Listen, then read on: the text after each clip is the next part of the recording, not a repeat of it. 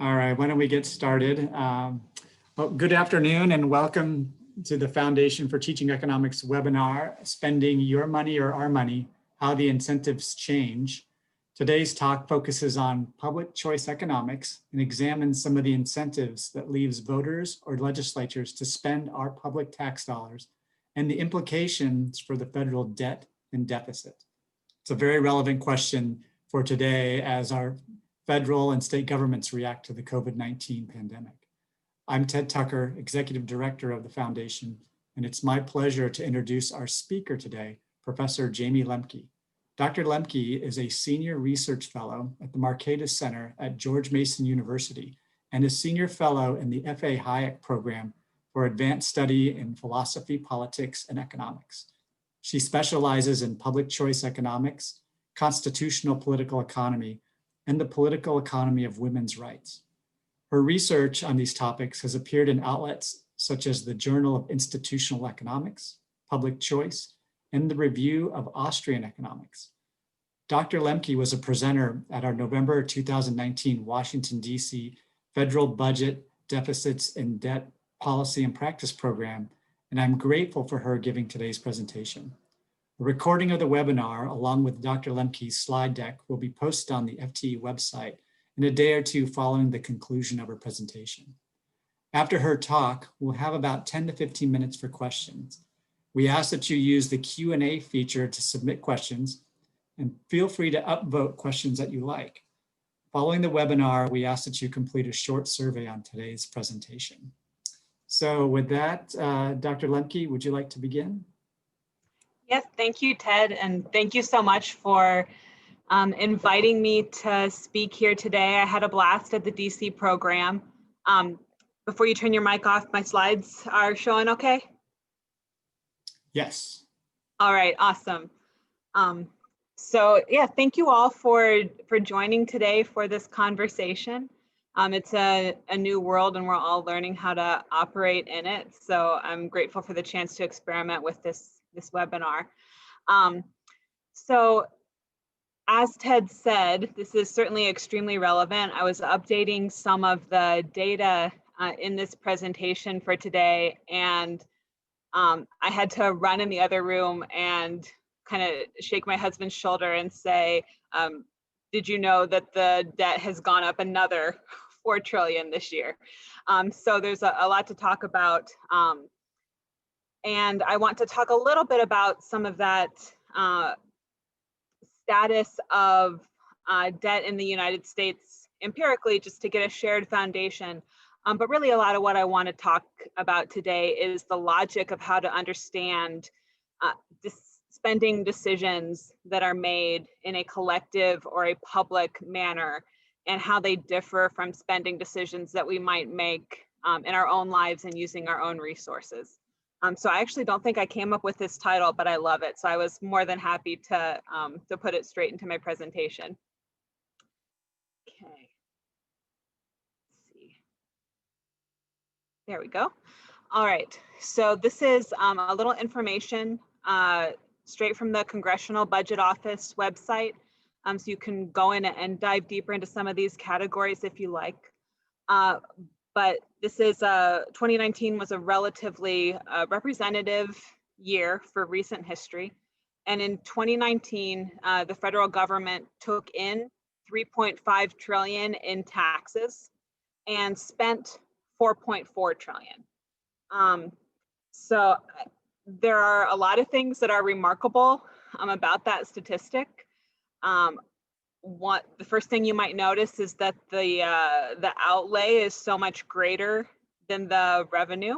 If you are managing your household finances that way, you'd certainly be running into some problems quickly.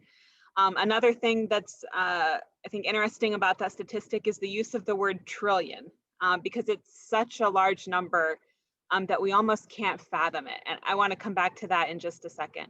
But so this is the short story of kind of the magnitude of what public spending looks like today. And most of that spending is going to national defense. This actually understates the spending on national defense because there is additional expenditure that's considered too classified to categorize. So we don't even know that it's going to defense. And in addition to that, Social Security, Medicare, and Medicaid. These are our big single budget items. And also, I'll call your attention quickly while we're here to the servicing of the debt that is represented in this outlay. So 375 billion in interest paid also. Okay, so this breaks down a little bit some of the discretionary spending to give you more detail on what's in that big non-defense category. Again, this is still at the federal level, and you'll notice the biggest baskets down here on this bottom row being education, transportation, veterans benefits. You'll get this slide deck and the links to dive deeper into it if you like.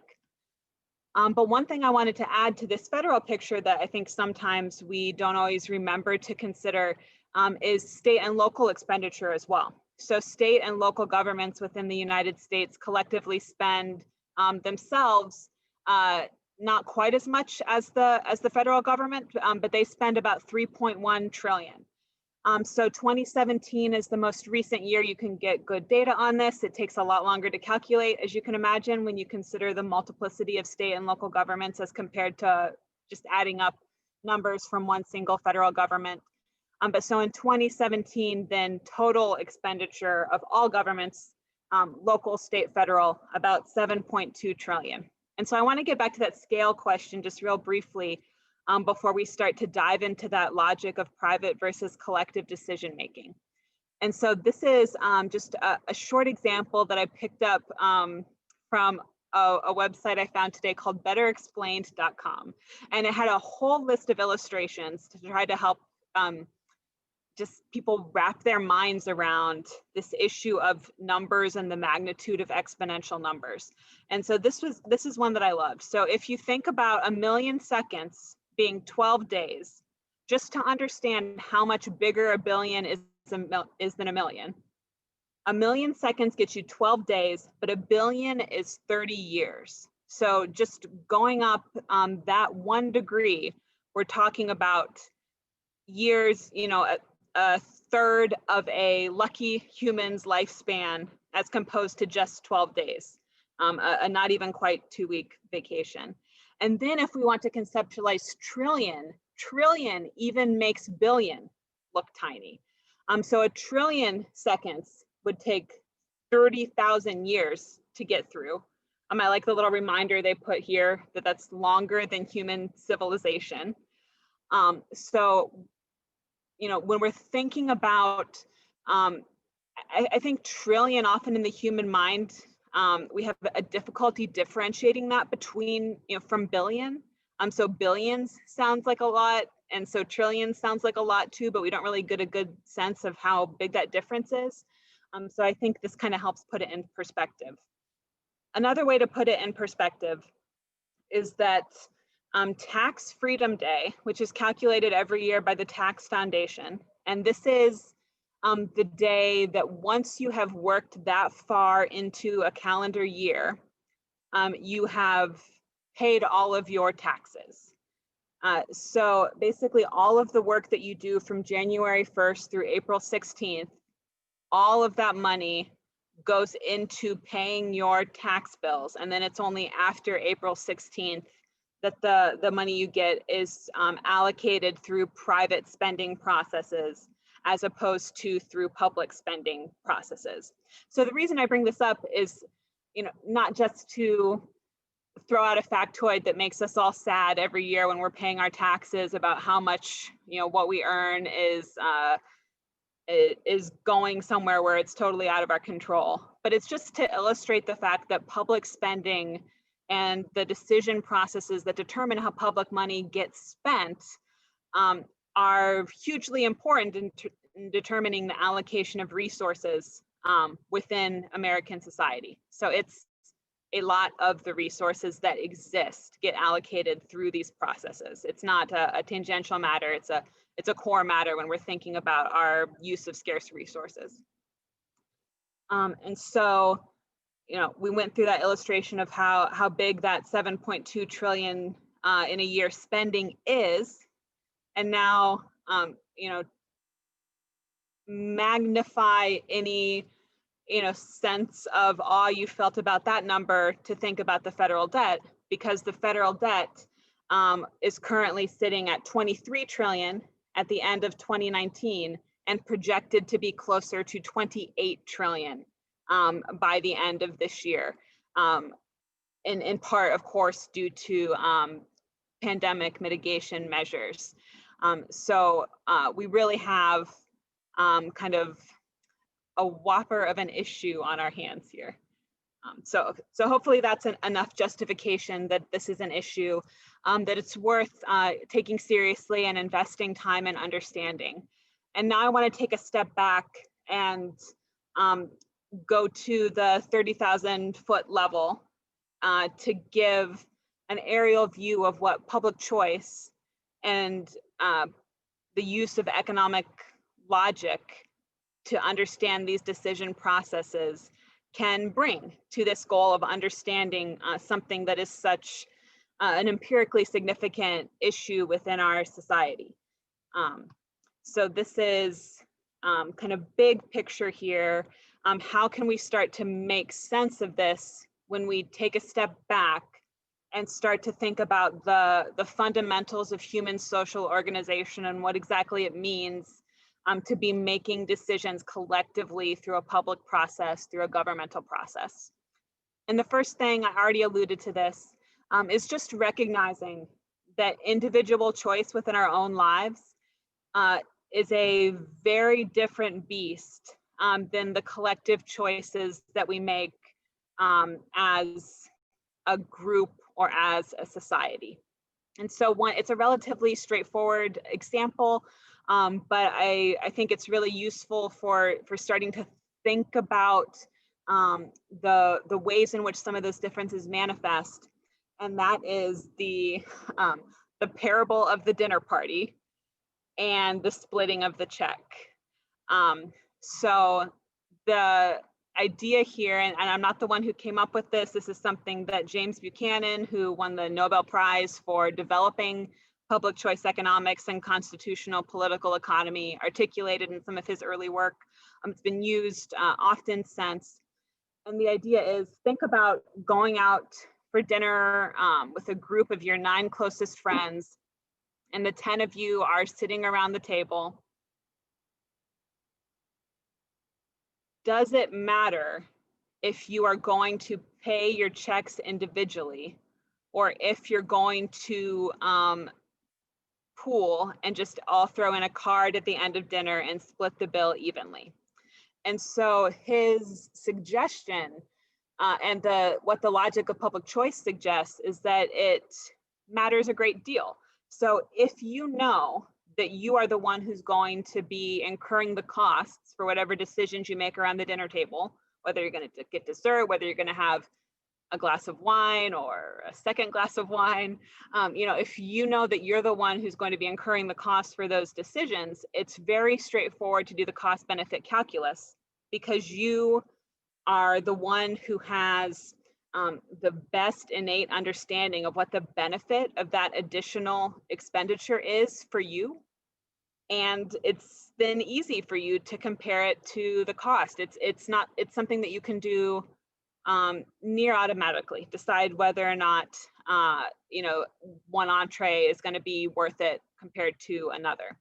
So if you're all splitting the check, so it is possible for selfishness to come in. So you might be a kind of a jerk, and you might come into the table and say, okay, if I am only going to have to pay for part of my dinner, then I'm getting the lobster, and I'm getting the high-end bottle of wine, and I'm getting 2 desserts, and you might just really be a jerk about it.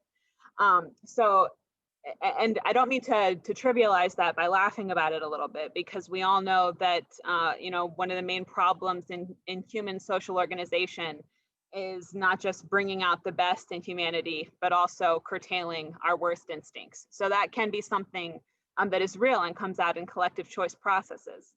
But even if people are trying to be good to each other, the act of splitting the bill can wind up having an impact on what kind of decisions you make. So maybe you would not have thought of getting dessert if you were dining out on your own.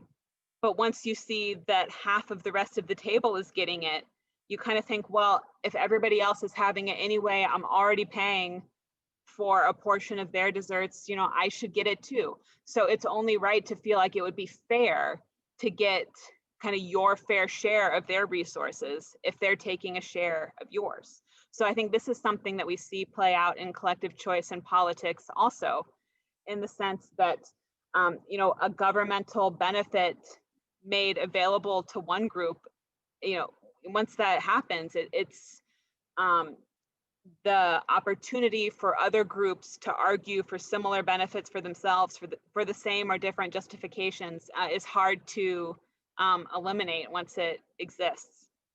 So the dinner party and who's paying, and you know, if it wasn't apparent from the example, you know, public spending is an example, maybe the most extreme example that exists of the shared check. So at least in theory, we're all deciding together what are these things that it's worth investing public resources in, and then we're all going to split the bill. So there's no principle within public spending of trying to only have those people who benefit from that particular public project pay. If payment was allocated according to benefit, then that would generally be undertaken as and just considered to be a for-profit project and something that would be left to the for-profit sector. So that's why this dinner party winds up being representative of this broad social dilemma we face, which is that we have this apparatus for working together collectively. There might be good reasons, and almost certainly are good reasons, to meet together around that table. But once we're all splitting the check, how do we prevent the scale of what we want to accomplish and the bill that's going to become attached to it from spiraling out of control? And this is where it becomes really useful to try to get a really clear-headed look at political processes. So I put this picture up that shows the world as it is, but then how it might look if you were wearing rose-colored glasses, or if you were trying to imagine what it could be in some kind of fantasy or some vision of an ideal world. So the role of imagination, the role of thinking creatively about what we could accomplish together, I don't want to denigrate that. That certainly has a place. You know, imagination and creativity and innovation, you know, play a huge role in human society. But when we're thinking about what kind of processes are going to be most effective at helping us manage scarce resources and at helping us manage this fundamental human dilemma we face, I would posit that it's going to be better to get that clear-eyed view of what exactly it is that our institutions and practices are and are going to create. So the idea of politics without romance, it's not having this vision of the idealized public good, but instead it's wanting to understand institutions and practices within politics as they are. And actually, I didn't even need to add the politics there, but just institutions and practices within our economic interaction, our social interaction, within human society in general, wanting to understand those as they are and wanting to look at people as they are, and not expecting the people who represent us in government and manage our public programs to be superhumans, but instead recognizing that they are people much like us who are capable and talented and ambitious, but also flawed, and we don't know everything, and we can't do everything perfectly. So we want to look at we want to imagine our political institutions being populated by real people, not by unicorns or ideal superhumans. So public choice economics, to maybe give a little bit of a definition here, just to coalesce around, is the positive analysis. So it's using theory, using empirical evidence to evaluate political institutions, to understand their operation, and importantly, the behaviors and consequences that those political institutions are going to generate. So political institutions in the public choice sense means less buildings and formal organizations exclusively, although formal organizations are part of it. But it means the big picture of what are the political rules that we play by. So constitutions, laws, norms within Congress, any kind of rule that's going to be shaping behavior in the political sector. These are the institutions we're trying to understand. And the primary counterpoint to a public choice perspective is a public interest perspective. And this is an intellectual and academic, a policy focus on what outcome is best. So this is kind of, you might call it ivory tower theorizing, but it's trying to figure out what would be the best outcome to be able to achieve. And again, there's a role for that, but it gets dangerous when you presume that just figuring out what's best is going to translate to a particular outcome or a particular ability to bring about that outcome within actual politics.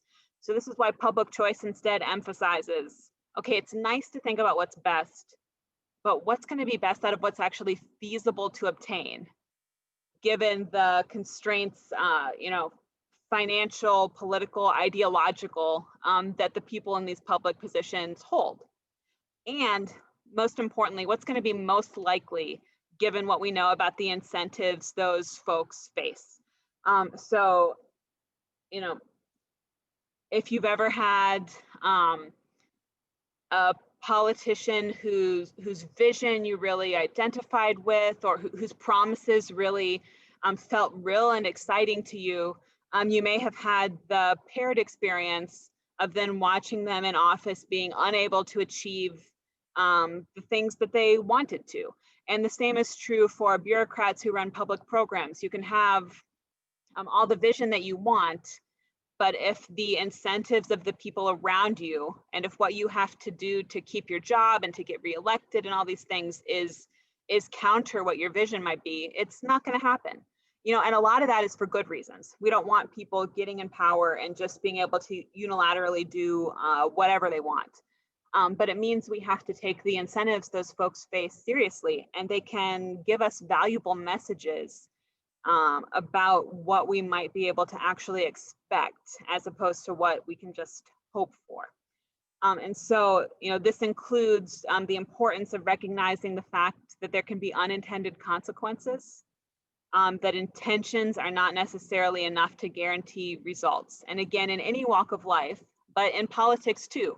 And so this is where the rosy colored glasses and getting rid of them comes into play, is that, we might be very well aware that our intention to run a 6-minute mile is not going to produce the results we want unless we put the work in. But sometimes in politics, we think it's easier to be convinced that intentions are kind of the whole game. Okay, so a big part of public choice theory is the study of constitutions, and the role that a constitution plays within a society's political organization is unique and uniquely important. And that's true whether it's a written constitution like we have in the United States, or if we think of it more broadly as kind of the set of meta rules that people who have political control are required to follow. And if it's a dictatorship or rotating dictatorships, there's a lot of war, there might not be much in terms of meta rules. There might just be total instability and uncertainty. But in places where there's a constitution, this constitution represents an effort to build some fences and to establish some boundaries around what is going to be politically allowed. And the reason for this gets back to that social dilemma, and I can put it in even more stark terms. It's the government apparatus, kind of those levers of power that become available once you authorize a government to act on your behalf. They're powerful. You can do a lot with them. Being in political control effectively means that there are at least some domains, and maybe many domains, where you get to decide what other people are going to do. And you get to require them to do it and punish them if they don't do it. So, we've all heard the expression, power corrupts and absolute power corrupts absolutely. And there's little that's more, absolute than this exercise of political power within the domains that a society will permit that to function. And so that's where the idea of the Constitution becomes so important, is limiting that domain, so we are not just being subject to pure authoritarianism. And so this is, this painting here is of Odysseus, and the lovely winged maidens headed towards him are the sirens. And so the siren song is attempting to lure Odysseus and his men onto the rocks, so that these sirens can be predatory and take the resources that are on the ship. So Odysseus needs, his full faculties in order to be able to guide his crew and to keep the men rowing together. But you'll notice all the men, their ears are covered. They can't hear, but Odysseus needs to be able to hear.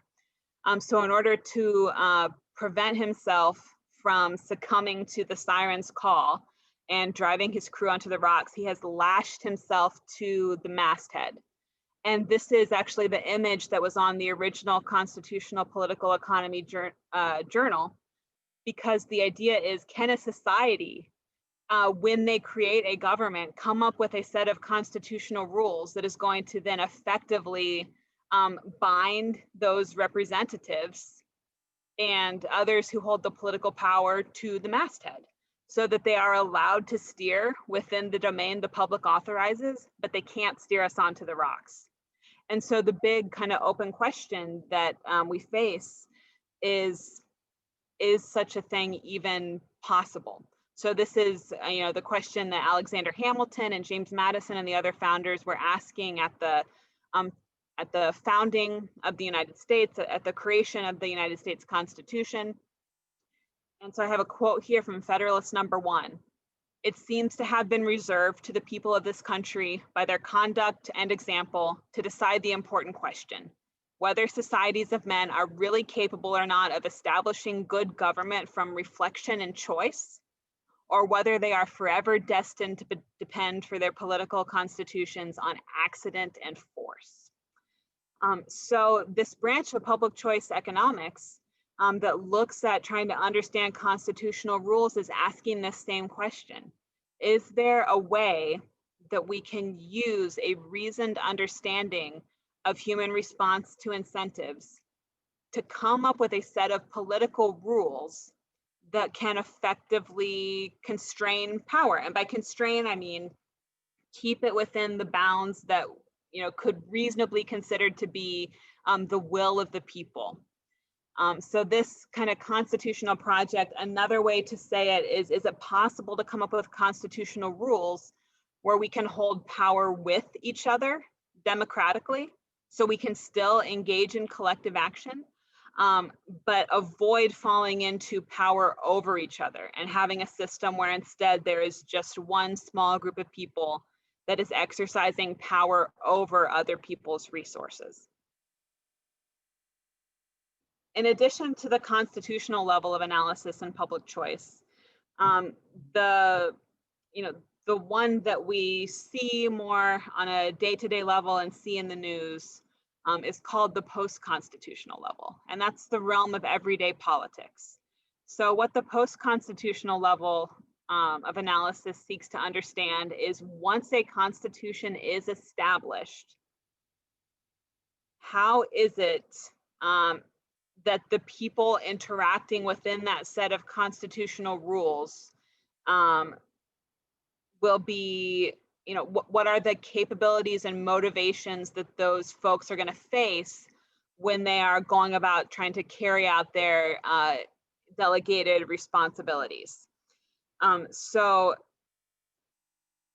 this question, so it's a couple important things about this question. I don't want to belabor it too much because I want to make sure we get back to the debt application, so I can show you guys maybe how this applies to debt.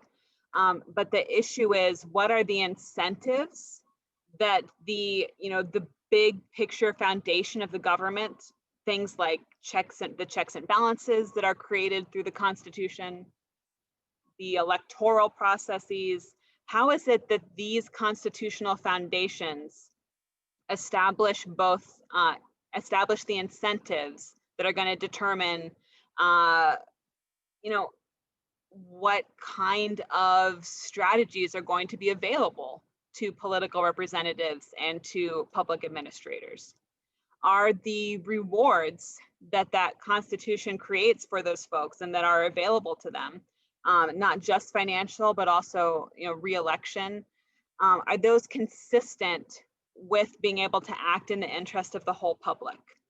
And another big piece of the puzzle is, of course, even if the incentives are right, so even if the Constitution is well designed to be able to reward public representatives for doing what the public perceives to be a good job, is there any way for the representative or the administrator to solve that puzzle, especially in a really large, a government that has a large jurisdiction and in a really diverse society? So the United States is an incredibly diverse society. And I don't just mean in kind of demographic ways or obvious ways, but we're incredibly diverse culturally. The great degree of freedom in the United States has existed for so long means that there are so many different kinds of paths that people are pursuing in life here. So how do you figure out, amongst all that difference, what it would actually mean to do a good job as someone who represents Ohio or Virginia, let alone the United States as a whole? What does it even mean to do the right thing by such a diverse population that is going to want things that are totally different from each other and that might even conflict with each other? So what some people want might actually be mutually exclusive with things that other people want. Okay, so let's bring that now home straight into this issue of debt that we started with. So the Constitution of the United States, in addition to establishing these checks and balances, or I should say, one of the motivations for establishing those systems of checks and balances is that they acknowledged that representation just by popular vote is a recipe for disaster.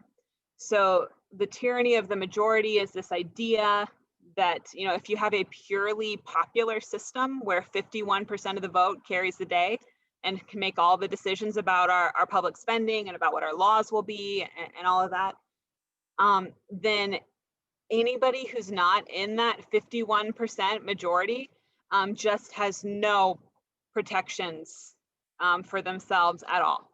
The 51% majority can push through all kinds of atrocious policies, oppressive policies, exploitative policies. So it's very important to incorporate checks and balances, the founders believe, that would leave some space for special interests, that would leave your representation for smaller groups of people and enable them to have, access to political routes that would enable them to, not only have their rights protected, but also, carry through some of their fundamental public projects. So, that space for special interests in American government actually exists by design.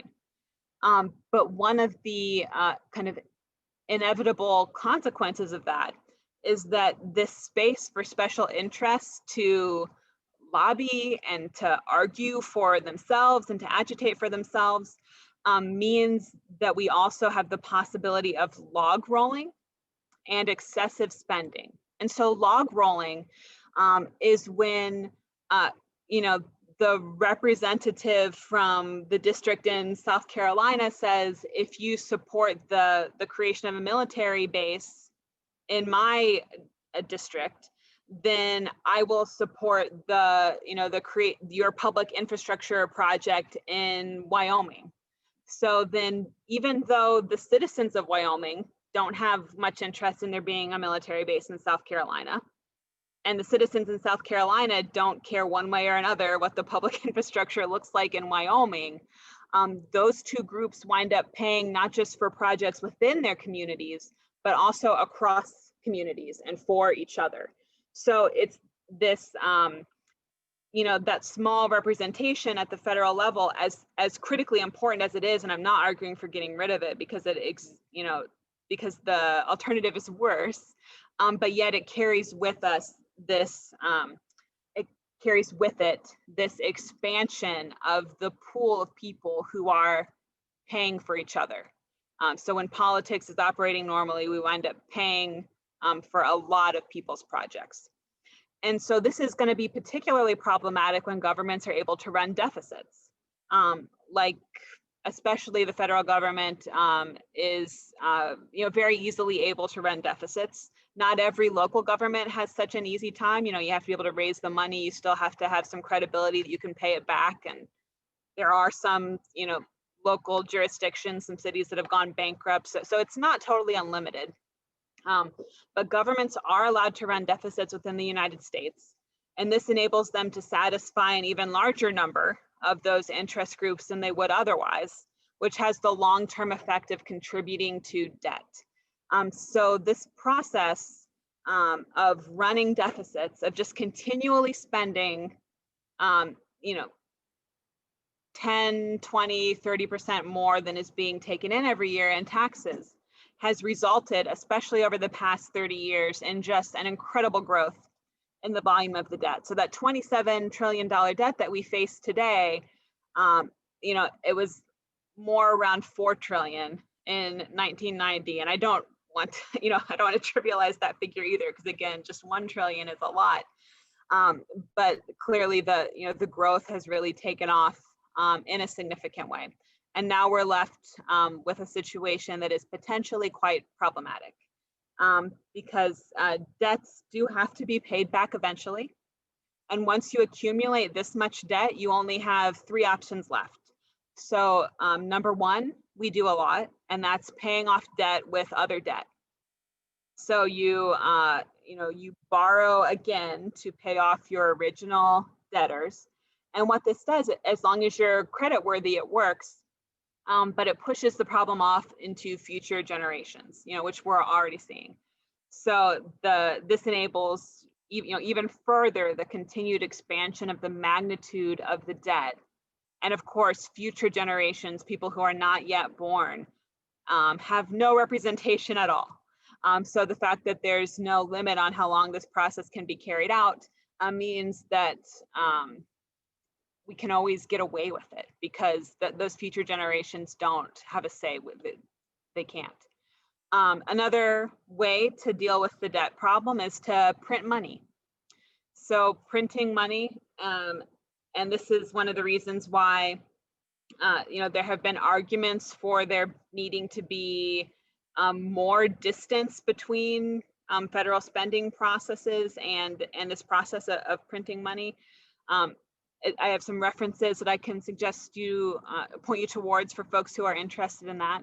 But when you print money, the basic idea is that every dollar in circulation, of that currency now becomes a little bit less valuable than it was before because the total resources of your society haven't changed by that decision. The total resources are unchanged, but you're just dividing them by a larger number. So every dollar is worth a little bit less. This is called debasement.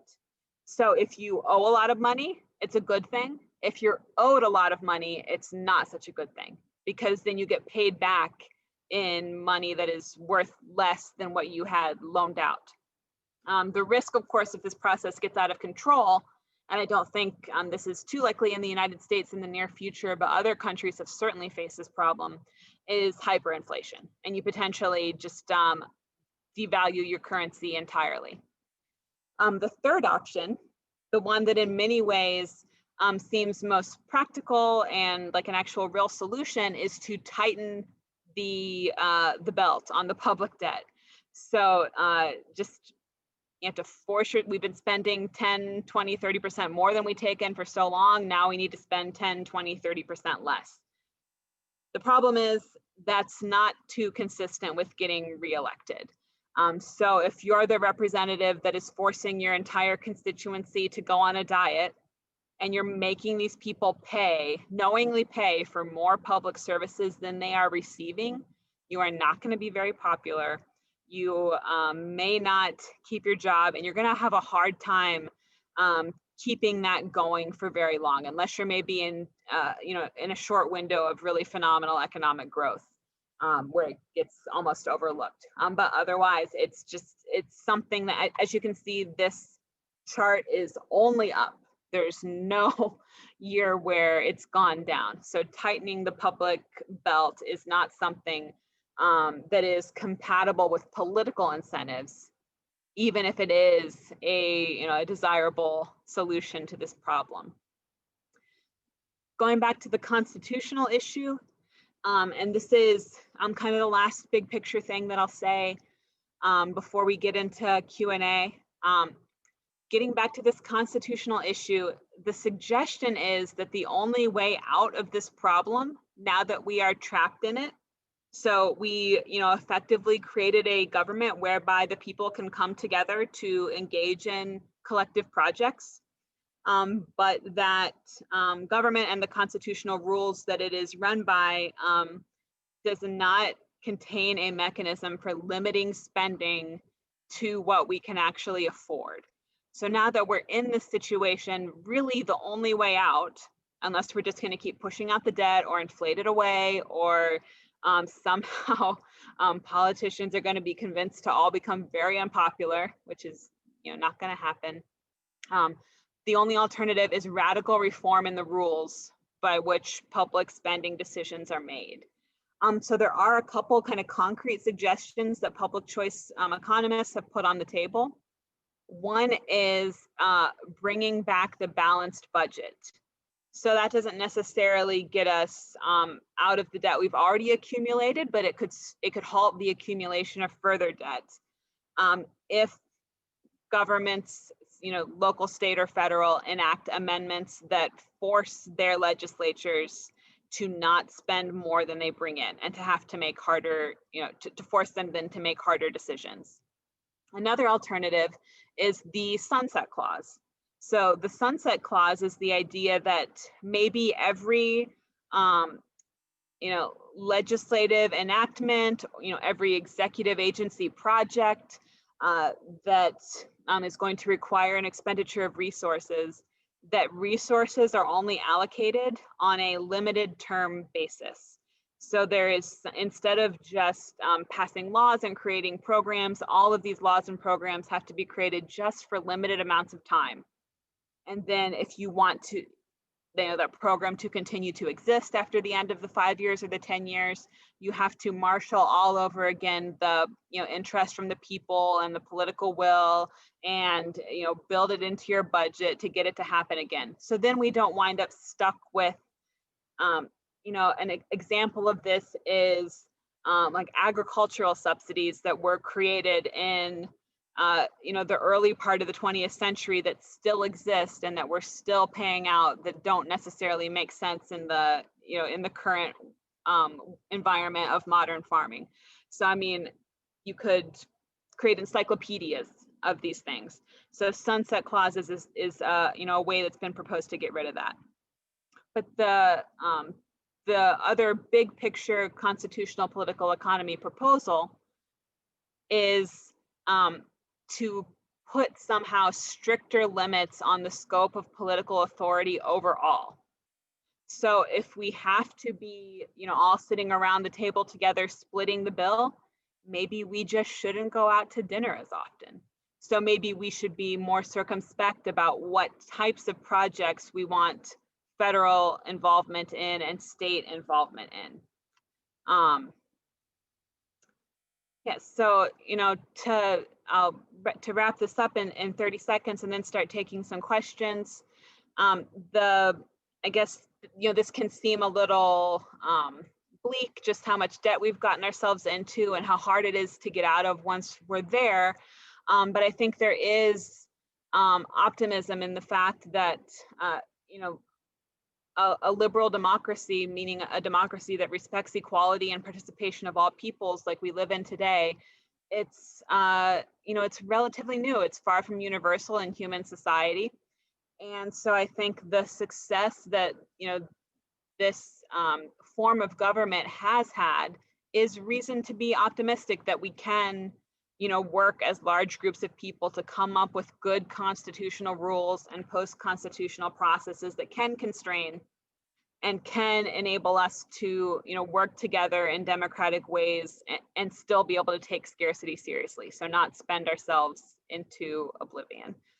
But anyway, I'm really extra interested to hear what all your questions are tonight, because without being able to see your lovely faces, I have just no idea at all what you're thinking. So I'm very interested to hear some of your questions during the Q&A.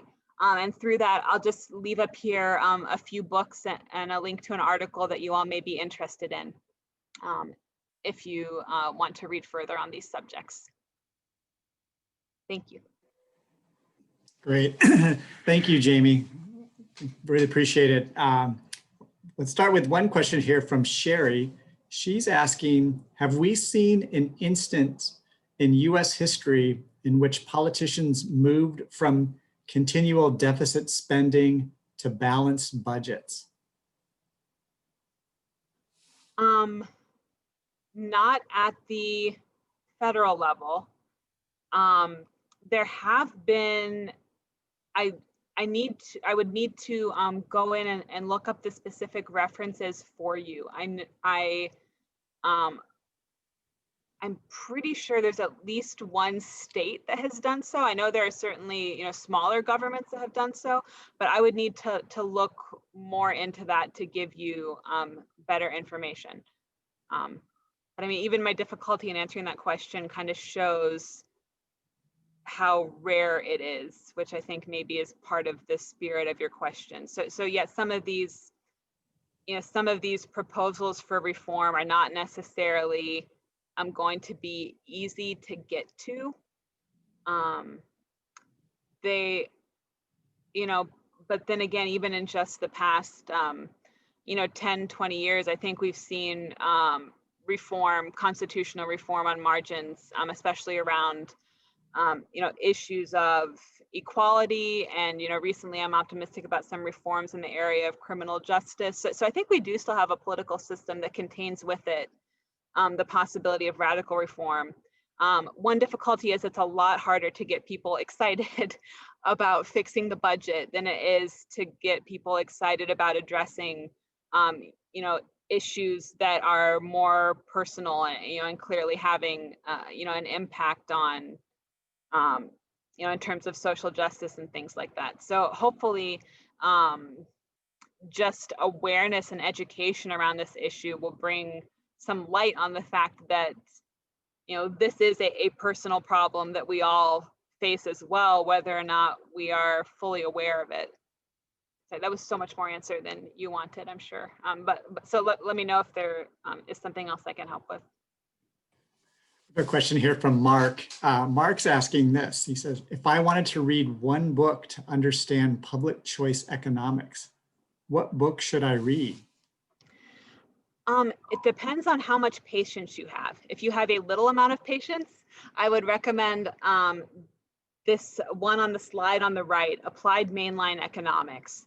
So it gives a great overview of the key concepts, kind of high level, and it's short. I think it's 100 pages, and you can actually download the PDF online, and it's a very easy read. You could read it in a couple hours. If you have more patience and you want something to really wrestle with, I would recommend picking up The Calculus of Consent by Buchanan and Tulloch. That will give you, if you can wrap your mind around that book, that will give you basically the entire foundation of public choice, and you will have mastered something valuable.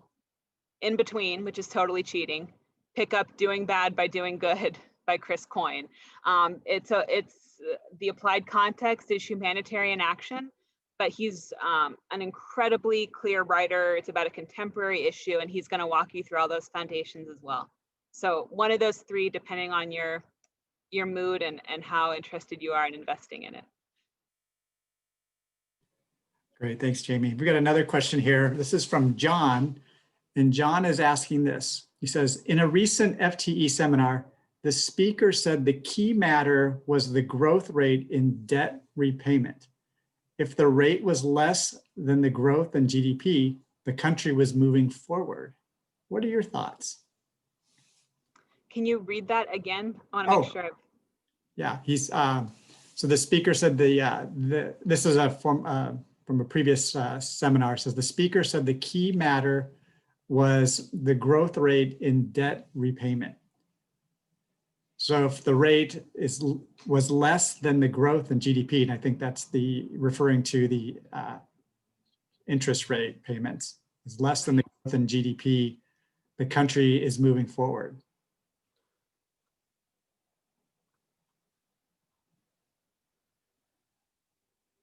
Yeah,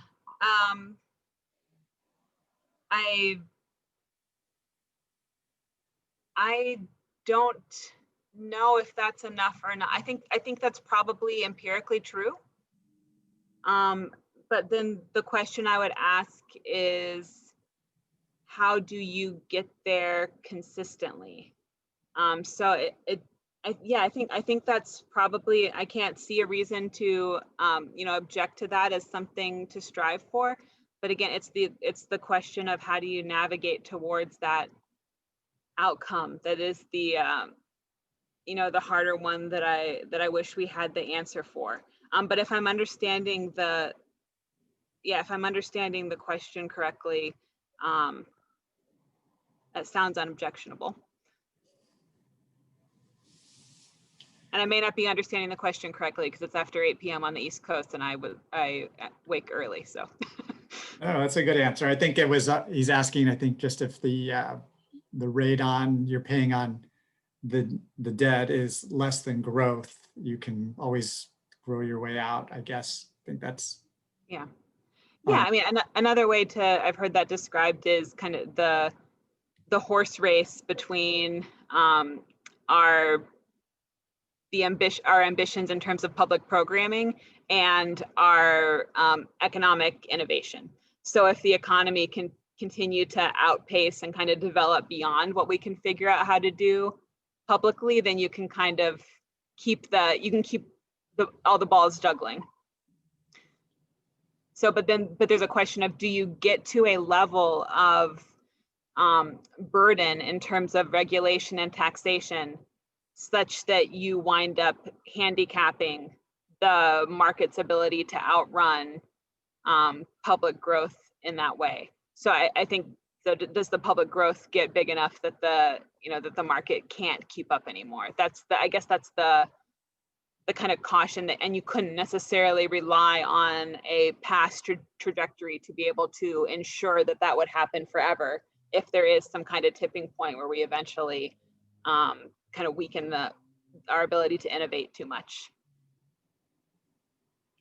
Okay, great. All right, I thought we'd just do one last question. And this question actually is this here, it's mine. I wanted to ask, are there any states that we can look to as examples of responsible spending?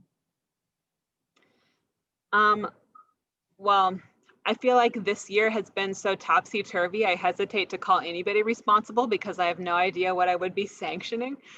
But at least, so let's talk, like pre-pandemic. I would say, one good indicator of this would be, where are people moving to and where are they moving away from? So I know there's been a massive influx into Texas of people leaving California for Texas because they seem to have something figured out that's enabled, a productive entrepreneurial environment. But yet, there still is a rule of law in Texas. It's not, an incredibly unsafe place to be there. Public infrastructure is adequate. So in terms of trying to understand how things are going well, I think watching how people are voting with their feet actually says quite a lot. So it is the environment that the constitutional and political structure is creating. Is it one that's attracting people or repelling people? So I think kind of on a high level, that's something that we can learn a lot from. All right, great. Well, thank you very much, Jayme, or Dr. Lemke, excuse me. And Jayme's fine. Thank you everyone else for joining in for tonight's webinar. We thank you for participating. Just as a reminder, there will be a survey at the end of the webinar, if you could just take a moment to fill it out. And Jayme's presentation and PowerPoints will also be available in a day or two. Please stay healthy and safe wherever you are, and hope you have happy holidays. Thank you. Thank you.